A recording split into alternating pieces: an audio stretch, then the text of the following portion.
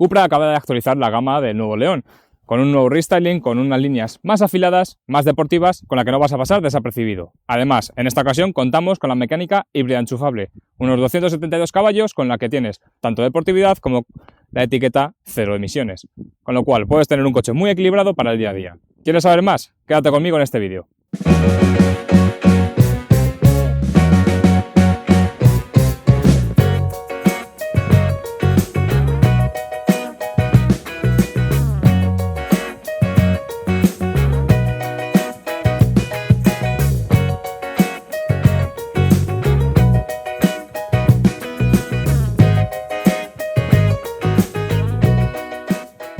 Como os comentaba, estamos ante un restyling, con lo cual tenemos una nueva parrilla. Los faros full LED cambian la posición, cambian un poquito las formas, al igual que el paragolpes, dándonos una sensación un poquito más afilada.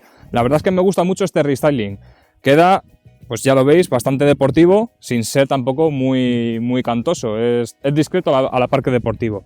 Tenemos por aquí algunas aberturas de unas entradas de aire para mejorar la aerodinámica y tener una cortina de aire que evite pues, hacer turbulencias con las llantas. Unas llantas, por cierto, que son un extra en este acabado Extreme, son específicas de este acabado, como os comentaba, y justo detrás de la llanta, como podéis ver, tenemos el equipo de frenada de Brembo.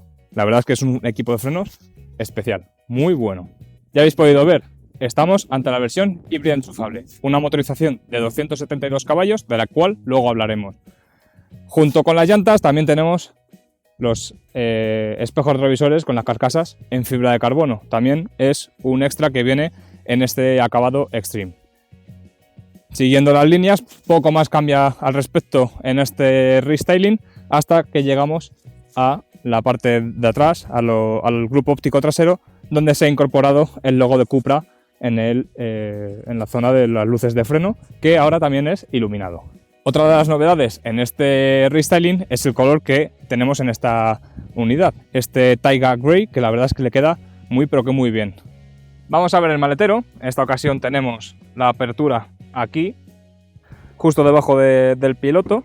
Ya lo hemos cambiado, puesto que, como os he comentado, han cambiado el logo. Antes teníamos la apertura dentro del logo. Y una vez abierto, observamos un maletero de unos 270 litros. No es el más grande a lo mejor del segmento, pero bueno, tienes un buen espacio para el día a día y para hacer un viaje a lo mejor con un par de maletas, pues más que suficientes. Justo debajo, como tenemos las baterías del sistema híbrido, no tenemos un doble fondo, pero tenemos algunos pequeños huecos y alguna curiosidad como este enchufe de tipo convencional, como el de casa, donde poder enchufar pues, una nevera portátil o algún otro elemento. Aquí podemos ver que llevamos el kit antipinchazos y una bolsa con el cable para el sistema híbrido enchufable y alguna argolla donde sujetar pues, el resto de la carga. Como curiosidad, comentaros que tenemos un depósito de unos 40 litros de gasolina con el que poder emplear, por supuesto, el motor térmico. Así que vámonos para adentro. Pues vamos a las plazas interiores, en este caso las traseras, y ya podéis ver que tenemos bastante espacio. El asiento del conductor está puesto a mi posición de unos 78 más o menos y ya veis que me sobran más o menos unos 3 dedos de separación contra el respaldo. Con lo cual, bien, tenemos muy buenas plazas. No siento agobio prácticamente al estar aquí montado. Si es verdad que estos asientos de tipo semivaque de los delanteros pues abultan bastante y te da esa sensación más de voluminosidad en la parte delantera. No obstante, en las traseras son bastante espaciosas, podemos viajar 3 personas cómodamente en un viaje medio como mucho, puesto que además tenemos un túnel de transmisión bastante grande y alto en la plaza central, con lo cual el pasajero del centro puede ir más incómodo. Pero bueno, para pasar el apuro nos puede valer. Tiene bastante buenos acabados, aunque son plásticos duros, están muy bien logrados en las puertas y en el resto de los acabados de las puertas, evidentemente. Espera, repito.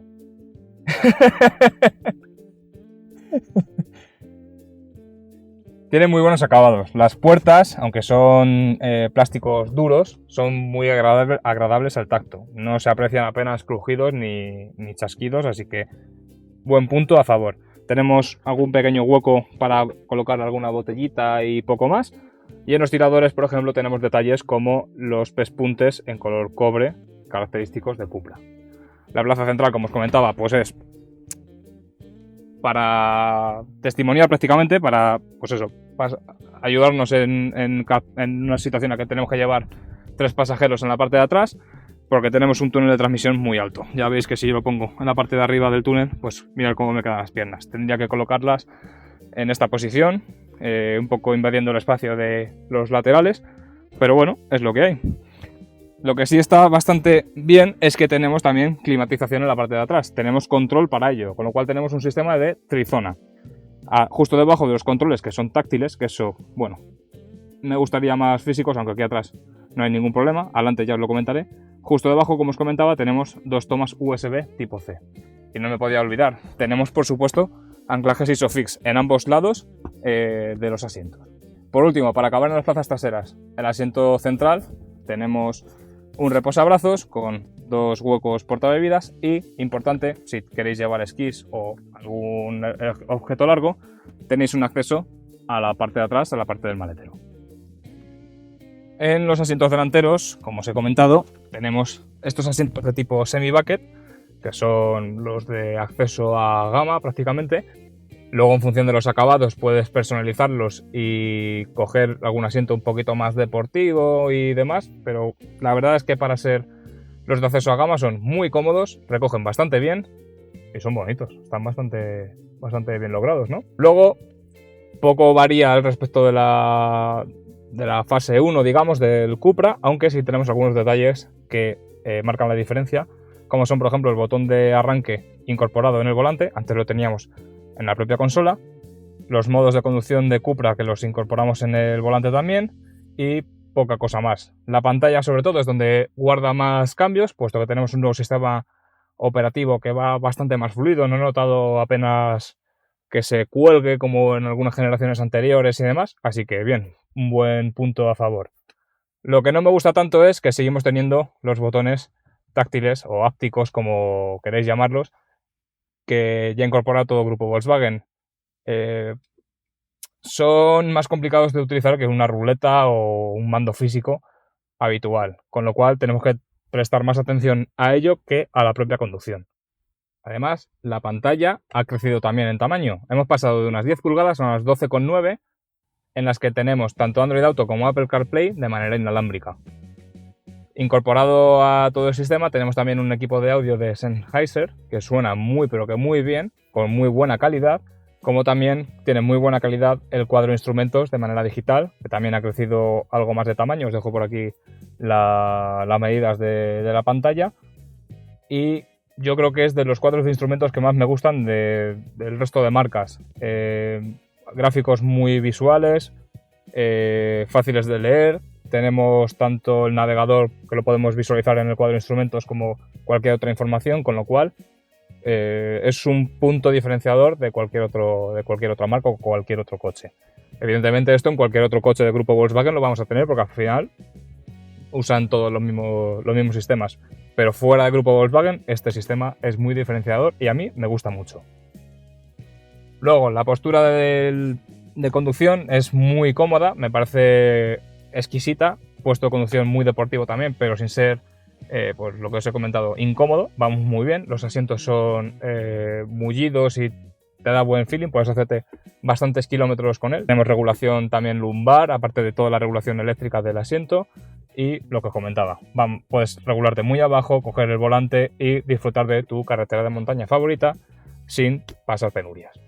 Además también tenemos asientos ISOFIX en el asiento del copiloto. Por finalizar este repaso interior, justo debajo de la pantalla tenemos un pequeño hueco o portaobjetos donde podemos colocar el móvil con carga inalámbrica. Justo aquí tenemos el selector del cambio con este pequeño joystick, un huequito para dejar la llave o algún otro objeto, el asistente de control de estabilidad para desconectarlo y el freno de mano eléctrico. Luego tenemos 2 huecos porta bebidas y un pequeño cofre donde poder dejar objetos y una toma de 12 voltios donde conectar pues algún aparato electrónico. Bueno, pues estamos aquí en este pavimento irregular, la verdad que tiene bastantes baches. Vamos a ver si tenemos algún crujido, algún grillo o cómo se comporta la suspensión, si es bastante dura o no.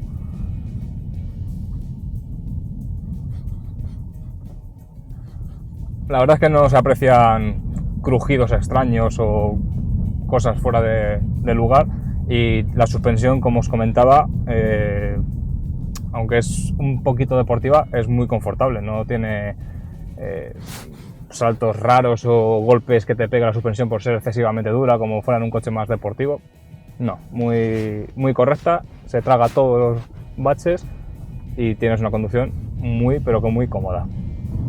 Como os comentaba al inicio de este vídeo, estamos ante la versión de 272 caballos, aunque tenemos también un híbrido enchufable un poquito menos potente, de unos 204 caballos, que aún así va muy bien, pero sí es verdad que si tuviera que comprarme alguna de las dos opciones, optaría seguro por el de 272 caballos.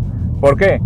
Porque seguimos teniendo un dinamismo muy bueno, al nivel casi del de 300 caballos, que sería el VZ normal de gasolina que te podrías comprar, que sería el motor de 4 cilindros y 2 litros de cubicaje. Aquí tenemos el 4 cilindros de 1500 centímetros cúbicos, que ya sabéis que va muy bien, al que le han añadido un sistema híbrido enchufable con un motor eléctrico a esta caja de cambios de DSG de 6 velocidades, y que da en total unos 400 Nm de par, con lo cual tenemos muy buena reacción y un buen dinamismo. Me hubiera gustado a lo mejor que hubiéramos tenido una versión tracción total en este sistema híbrido enchufable, aunque en este, que es solo tracción delantera, va muy bien. Ya vais a ver, y lo que os comento ahora también, que el dinamismo es perfecto. No notas que el coche se te vaya de morro o que se vaya de culo. Va por donde tiene que ir, como un tren, y puedes pasártelo realmente bien en un tramo de montaña yendo alegre. Así que guay, por lo menos ya tenemos un coche con etiqueta 0 emisiones con el que poder divertirnos.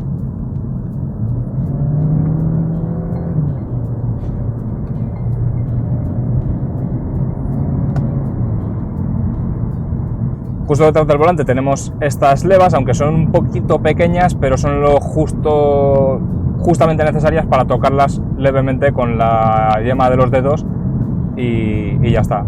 Son solidarias con el volante, con lo cual nosotros vamos a ir girando y vamos a seguir tocando las levas. Sí es verdad que en algún punto puede ser algo complicado subir o bajar de marcha, pero no es nada que te impida pues hacer una conducción deportiva, o que sea un hándicap para decir no me compro este coche, en absoluto. La suspensión, en el eje delantero tenemos McPherson, como suele ser habitual en este segmento de coches, y en el eje trasero sí que tenemos un paralelogramo deformable que nos da ese punto de dinamismo, que es el que os comentaba, que es exquisito. Ya hay pocos coches de este segmento que monten este sistema. Anteriormente el rey por excelencia era el Focus, y de hecho ya lo ha dejado de montar.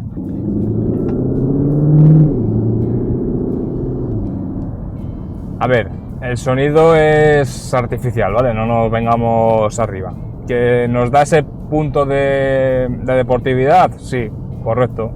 Me siento súper cómodo con ello, pero vamos a ser realistas, todos queremos que suenen los tubos de escape, pero bueno, al ser un híbrido enchufable y esta mecánica 1500, pues, por lo menos se agradece que tengas esta opción. Evidentemente voy en el modo Cupra, aunque también tenemos el modo circuito, que no lo recomiendo utilizar en carretera, por supuesto, pues lo que desconecta controles de estabilidad, etcétera, etcétera.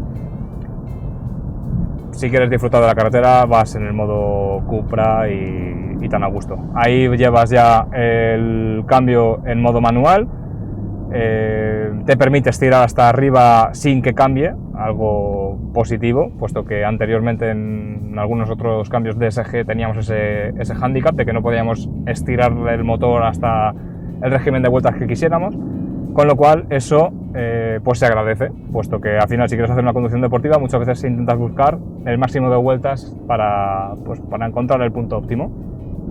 La autonomía de este Cupra León híbrido enchufable es bastante decente. En conjunto podemos hacer en torno a unos 800 kilómetros reales en total, En un modo puramente eléctrico homologa unos 120 kilómetros aproximadamente de autonomía, aunque sí es verdad que luego en la práctica real se queda en torno a los 80-90 kilómetros. No es mucha la diferencia, pero al final es lo real, unos 80-90 kilómetros. Os lo comento para que lo tengáis en cuenta. Y en cuanto a consumos, evidentemente al ser un híbrido enchufable se homologa en torno a los 0,5 litros a los 100, marcaba más o menos en ficha. Reales, pues como lo podéis ver, ahora mismo vamos en torno a los 3,7 litros a los 100. En carretera, cuando se agota la batería del sistema híbrido, sí que nos podemos subir y disparar un poco más el consumo, pero no es nada del otro mundo, así que buen punto para el Cupra. En la parte eléctrica, la batería estamos hablando de una capacidad de unos 25,7 kilovatios, aunque reales se queda en torno a unos 19 aproximadamente, con lo cual, pues bueno, no es de los que más capacidad tienen en el mercado, pero es lo justo y suficiente para tener pues una buena autonomía, como os estaba comentando.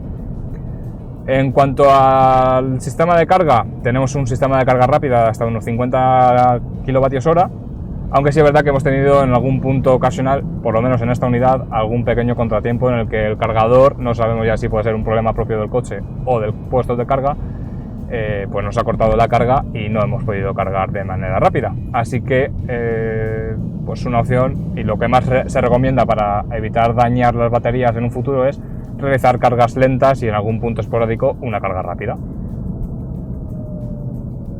El tiempo de carga en un cargador rápido estamos hablando en torno a unos 45 minutos, una hora, depende más o menos de las condiciones también, pero esto ya nos da la opción de plantearnos un viaje y poder pues parar eso, unos 45 minutos, te tomas un café, vuelves a coger baterías tú y el coche también, y pues te planteas un viaje más largo. Así que nada, ahora nos detenemos y os comento mis conclusiones. Sin duda, el León, en este acabado híbrido enchufable, es la mejor opción que te puedes comprar si necesitas un híbrido enchufable porque necesitas la etiqueta medioambiental o simplemente porque quieres disfrutar de ello, sin dejar al lado la deportividad. Ya lo habéis visto, es un coche que va muy redondo y encima una línea pues bastante deportiva y muy bonita. Si no queréis un híbrido enchufable y queréis una versión más básica, pero con esta misma estética y con un buen dinamismo igualmente, podéis optar al León E-TSI, que sería un microhíbrido, que parte de los 31.900 euros, o ya, si queréis ir allá el máximo, que sería el VZ de 333 caballos, que estamos hablando ya en torno a los 58.000 aproximadamente. Aún así, merece la pena.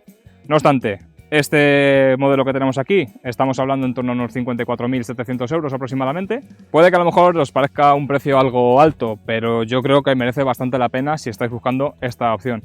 Sí es verdad que estos son 272 caballos. En el híbrido enchufable tenemos otra opción, un poquito menos potente, de unos 200 aproximadamente, que evidentemente es más económica.